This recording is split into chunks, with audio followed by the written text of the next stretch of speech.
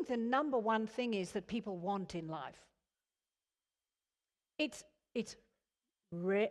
recognition, that's very good, and acknowledgement. Yes, excellent. Look, up the back. Hello up the back.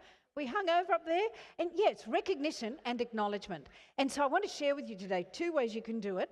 And humans cannot get enough recognition and acknowledgement.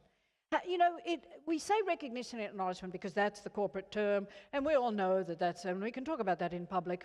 But truly, you know what it boils down to? People want to feel special. They want to feel special. And Mary Kay Ash, you know Mary Kay Cosmetics? One of the original biggest direct sales companies. Mary Kay Ash, when she was alive, would train all her sales teams for as long as she could. And one of the things she taught people was that to imagine everyone was wearing a button, this was in the days of buttons, that says, "Make me feel special." Well, these days, probably not so appropriate. So I say to people, imagine that you're wearing a banner on their forehead. Everybody's wearing a banner that says, "Make me feel special." So Joy Buddies, you're going to love this. On the count of 3, you're going to see, look, we've got these people go, "Yay!" These are going, "Oh no, what now?" And these on, "Oh, more stuff." Yes, it's awesome. And so on the count of 3, you're going to turn to your Joy Buddy. You're going to write with your finger. Pretend your finger's a pen. And you're going to write, wait till I count to 3. MMFS. You have to touch their forehead, okay? So MMFS. And then you have to say something to make them feel special. I don't care what it is, but it's always easy to make people feel special. If you don't know them well, look at them. Almost everyone has exquisite eyes. Or they have like giant eyelashes these days. Have you noticed that? Or they have a beautiful smile, or they have great teeth or something. There is always nice hair. There's always something that you can help someone else feel special with. Ready? Here we go. 1, 2, 3, go. Touch them. MMFS. Do it fast. Now say something to make them feel special.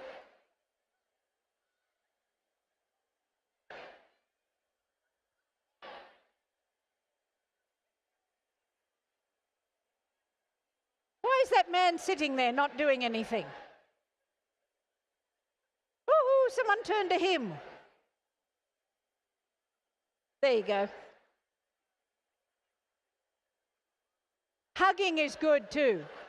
If they made you feel special, hug them. Even if you've only just met them. Touch helps us live longer. Oh, that's good. If we get more shots of the audience. Excellent work, team. Yay! Well done. Okay, great. Now, here's the other thing that's going to help you in terms of this. Making people feel special. And you know the Wiggles? You know how the Wiggles go like this? I'm going to give you a choice. Do you want to say yes or excellent? Now, how many for yes? Quick. How many for excellent? Okay, great. So on the count of 3, Joy Buddies, one side then the other, and it's acknowledge your Joy Buddy. Half of them, if I'd said to them outside, "Oh yeah, you're going to come in, you're going to be looking into each other's eyes saying, 'You're so worth loving,' you would have looked at me and gone, 'No, I'm not. No.'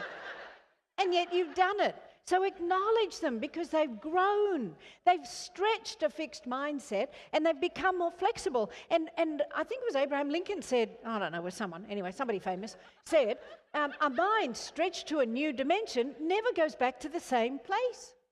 All this is carefully orchestrated to be embedded into your cellular memory. It doesn't look like it. I look like an idiot. But seriously, it's embedded into your cellular memory. So on the count of 3, turn to your Joy Buddy with every ounce of enthusiasm. Even if you've got a hangover, it's a hangover cure. You can muster, go, yes, and excellent. Ready? 1, 2, 3, go.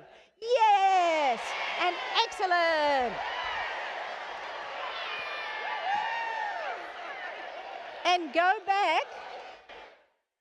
go back to your teams and do this a lot. Because, come on back. Look at this.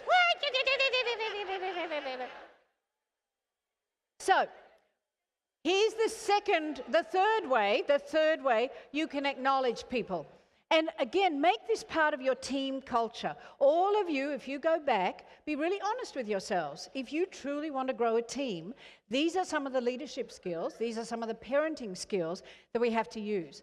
Because with children, we haven't quite got it right in many cases. We're acknowledging them for too many things, and we're not acknowledging the challenges that they go through, the difficulties they face. And Carol Dweck, I think, was the other one who was showing that when you tell children, when you frame that children's challenges and difficulties actually make them smarter, it literally changes the way they look at all the challenges. So what we need to be acknowledging is how well they've dealt with the challenge, how they embraced the challenge, how they looked at something that was difficult and gave it a go, not the outcome so much. So here's the last one. It comes from America, from Wisconsin. Anybody from Wisconsin here? Oh, one. Oh, and you've got pink hair. How wonderful. Awesome. That is so un-Wisconsin. Normally they have cheese hats, but go you. No, you don't have a cheese hat. Seriously, the people in Wisconsin are fabulous. They're kind of like middle America nice. They're really wonderful, like people like us. You know, that kind of country and lots of cows and just nice people. Anyway, so there's a guy called Roger. You might know him. And Roger came up to me after a conference and he was telling me about his little 4-year-old nephew he was visiting. And he's going, Uncle Roger, will you come and watch me at my gymnastics competition? And Roger looks at him and says, what are you going to do? And the little boy says, ta-das. And Roger thinks, what's that? So he goes along to watch. Well, the little boy's on a balance beam, which is 1 inch off the ground.